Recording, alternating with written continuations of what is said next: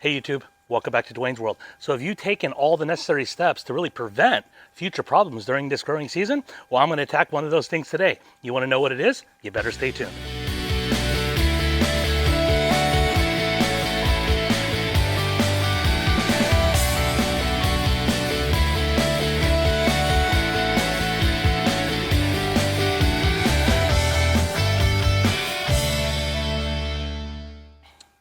All right, so welcome back to Season 2, Episode 16 here on Dwayne's World. You know, one of the key things I want everyone to kind of take away from this episode is preventative care. Most of the time, whenever you are looking at a problem in your lawn, it costs a lot more to fix those problems than it would be to prevent them. And I think in this day and age, we really have to be mindful with the price of everything going up. You know, there's a lot of things we can really do to set ourselves up, not only to have a great looking lawn, but ultimately to be able to spend less during the growing season. Let me step over here into the shade where I can get a little bit of a break from the sun here and talk to you guys about these things. All right, it's definitely warmer, much warmer today. In fact, we're going to probably be in the low 90s, so that's why I'm over here in the shade, so I could take a couple minutes to talk to you guys today. Because this is important, and I'm not saying that, you know, you can't fast forward through this or whatever the case, but please hear me out, because these are things I wish I learned very early on in lawn care that I wish somebody had really stressed to me, because they make a big difference. One of the most important things you can do for your lawn is really preventing problems before they happen. Now, I know that sounds easy, but it's true. If you think about it, most of the time in lawn care, especially when you're first starting out, you try to fix problems after they've already occurred versus knowing the right steps to take in preventing those problems from ever showing up. The first thing we generally want to do to set ourselves up back when our lawns were dormant is apply a good quality pre-emergent. By doing that, you won't need to use as much, or if all any, post-emergent as you're going into the growing season. Now, although pre-emergents are not 100% effective, you can prevent a lot of the problems that you have when it comes to weeds in your lawn by using a pre-emergent. Why is this important? Well, not only does it help from the standpoint of really keeping your lawn healthy and looking good, it's also from a cost standpoint. Think about how much a bag of pre-emergent costs compared to a high-quality post-emergent herbicide. Now, you take a product like Barricade or Prodiamine, when you compare it to the price of Celsius, you could almost buy 2 to 3 times the amount that it would cost you for a bottle of Celsius. This is why, again, it's important you take the steps necessary to prevent weeds in your lawn, and that way you don't have to worry as much about using a post-emergent. That is probably one of the more common things, and I think a lot of people know that when it comes to weeds in their lawn because there's a lot of information out there. But the next two things are things that I don't think people think about as often as we do weeds. And the first thing is an insecticide to really prevent grubs, armyworms, and all other types of bugs that will do harm to your grass. A lot of times you will see that we have insect damage in our lawn and we try to fix it. And we can by applying a good quality insecticide. But the one thing I want you guys to remember is anytime you look at whether it's a bag or whether it's a liquid, there are 2 different rates. One rate is based on a preventative rate, and the other rate is based on a curative rate. And whenever it comes to the curative rate, you have to take that into consideration because your product won't go as far, meaning you need more of it to be able to fix the problem. That does not drive the price down, it drives it up, and that's the last thing you want to do when it comes to lawn care, and especially in this day and age when we're all trying to save a little bit of extra money, we're going to be spending a lot more money at the end of the day. The last thing, which is also something that I don't think a lot of people always think about or give consideration to until after there's a problem, is when you have fungus damage in your lawn. And a lot of times fungus damage can look like insect damage and vice versa. So what you want to do is use a preventative fungicide, which is what we're going to do today here on Dwayne's World. Kind of the same thing as an insecticide. Again, whenever you're looking at a fungicide, whenever they advertise certain square footages and whatnot, they are generally advertising a preventative rate. Meaning if a bottle covers 5,000 square feet on the label, if you look at that closely and you look at the label closely, you'll realize the curative rate of that particular product generally is cut in half, meaning it will now only cover 2,500 square feet, meaning you need to use more of the product and it'll cost you more money at the end of the day. This is why it's so critical that you take the time to be able to set yourself up and use products that are going to prevent these problems from ever showing up. Because although you can cure it after the fact, when it comes to insect damage, when it comes to fungus damage, generally when you apply those products, it's not going to make the grass grow back quicker. It's going to take time. So you're going to have to live with those unsightly areas in your lawn until those problems are addressed and are fixed. So before we throw down a fungicide, you know what we got to do. We're going to get in a mow and lay down some stripes. So with that, let me show you guys what mower I'm going to be using today. All right, so this will be using today to mow before I throw down the fungicide, the 20-inch 7-blade California trimmer. Now, one of the things I have done for those of you that are new to my channel is it does have a handlebar extension kit that raises the handlebars about 4 inches. One of the things I absolutely love about this California trimmer of mine is the Honda GX120 motor. It is absolutely one of my favorite motors. It's very quiet, it's very reliable, and it works out really, really well with the setup that California trimmer has here. Now, if you guys can take a look, I have quite a few videos on the California trimmer on my channel to kind of help out any new California trimmer owners. If you are a new viewer to my channel, welcome. But one of the things I just wanted to quickly mention as it relates to the handlebar extension kit is a common question that I a lot of times get is, Dwayne, should I get one of these even if I'm not of a really tall height? Now, I'm about 5'11", and it works out really, really well for me. You know, initially, I didn't necessarily believe I needed it, and I probably didn't necessarily need it. But I got to tell you, after I installed it, it definitely feels much more comfortable and much more of a natural riding position whenever I'm mowing my Bermuda grass. So for that reason alone, I would highly recommend it. All right, so the other question that I sometimes get from time to time has to do with the hours meters that I put on my lawn equipment. Now, the hours meter is very simple to install. This one that I picked up actually was from Amazon, and I'll go ahead and link it in the description below. But the way it hooks up is just through a single wire that I ended up zip tying to the throttle cable. And with that, it basically loops around the ignition coil for the spark plug. That's what's going to send a signal to the hours meter. It tells the hours meter that it's running, and that way it's tracking the number of hours your mower is running. So with that, let's go ahead and get on to our mow. All right, so fuel's on, choke, switch, throttle up.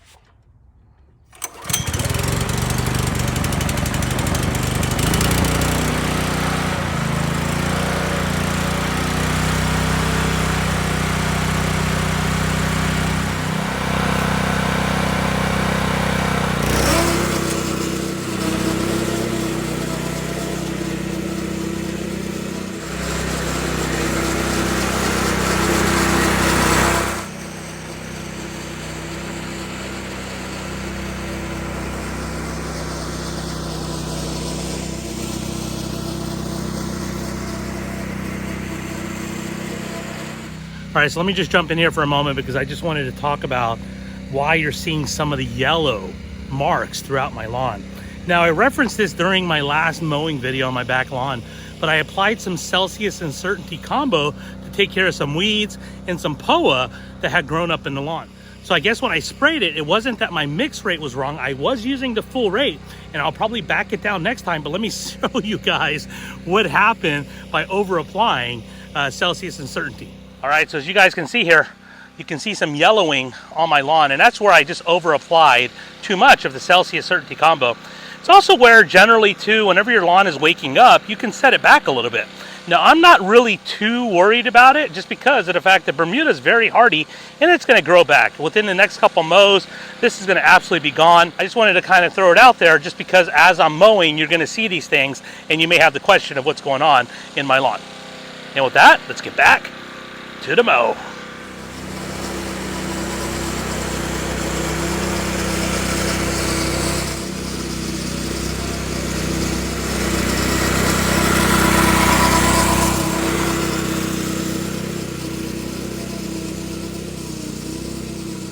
All right, so let me kind of get down here into the turf, show you guys. It is really, really thickening up, which is great. You can kind of see here, I'm breaking the 1/3 rule with all these extra clippings. I probably should have bagged, but that's okay. I'm gonna go ahead and just use the leaf blower at the end here, kind of blow it all off.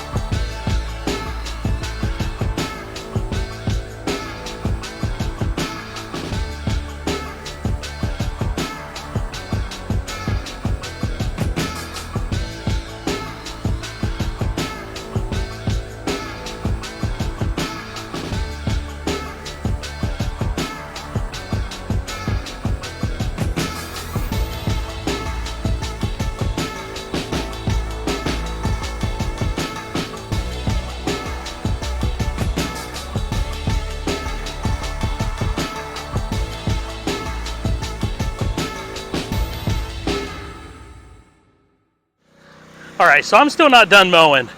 I never do this, but this stripe action is ridiculous. The color is ridiculous. You know, I just had to stop in here. I normally wait to the end, but I'm too excited. The green on this lawn is fabulous. You know, I'll tell you about my thoughts here in a minute because of how much grass is coming off in just a minute, but look at that.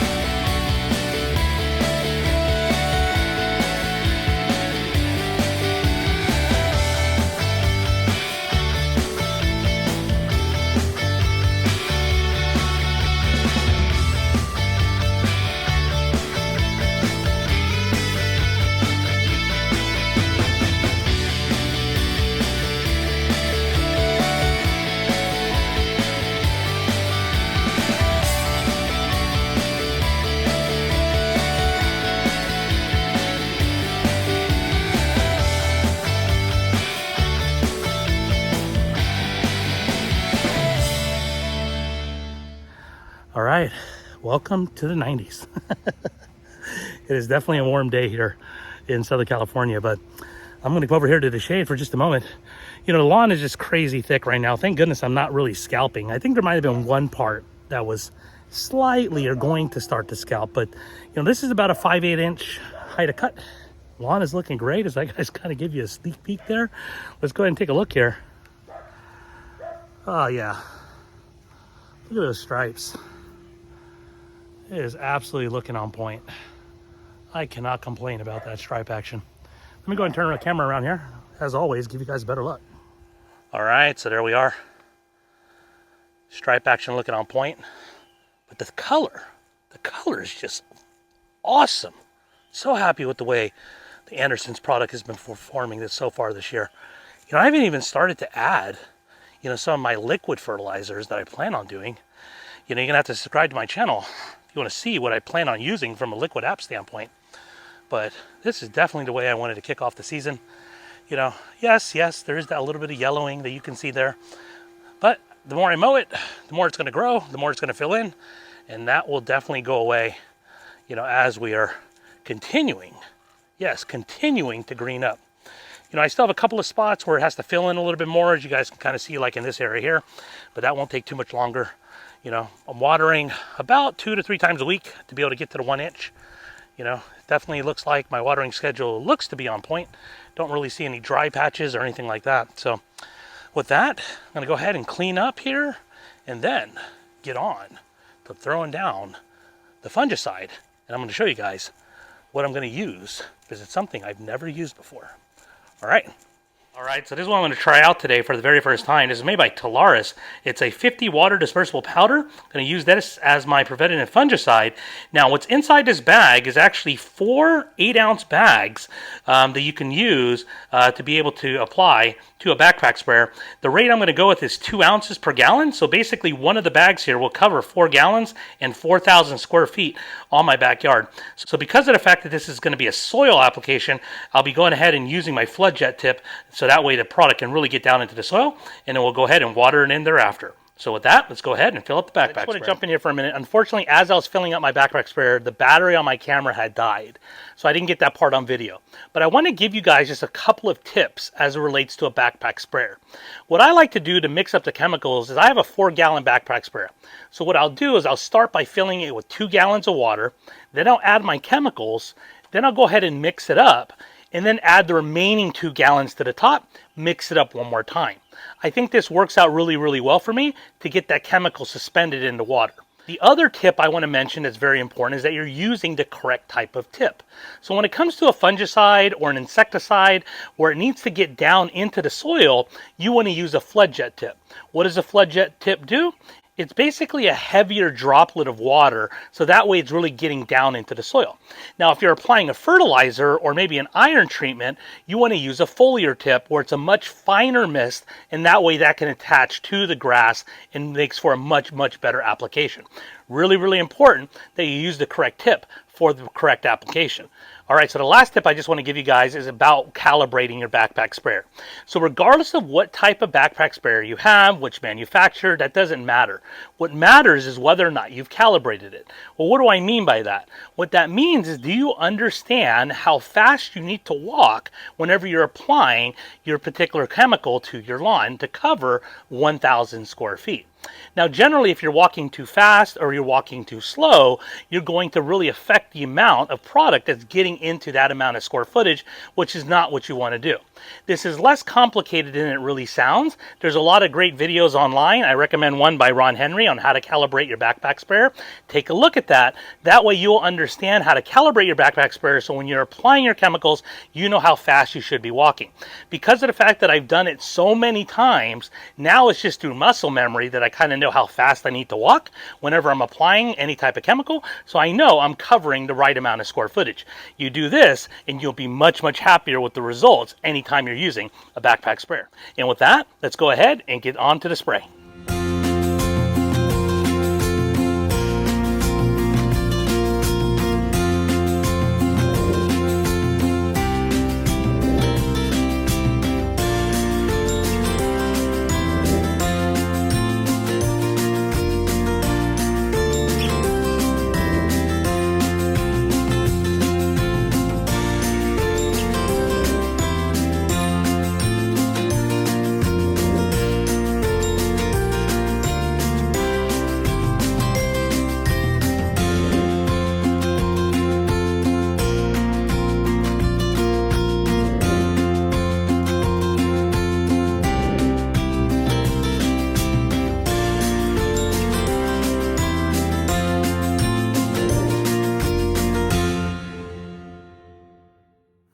Alright, so all that's left now is to go ahead and water in that fungicide.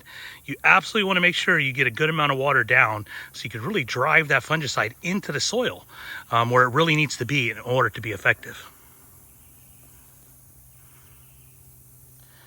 All right, guys, so I hope you guys enjoyed Season 2, Episode 16 here on Dwayne's World, and ultimately, hopefully you guys learned something. And if you didn't learn anything, and these are all things you knew, I just hope you enjoyed today's video and always appreciate the support. Again, if you have not gone down a fungicide just yet and you haven't got down an insecticide just yet, you know, take the time to do it. You'll be thanking yourself at the end. That way you have a great looking turf that all your friends and neighbors are going to be envious of. And remember, as always, be excellent and party on.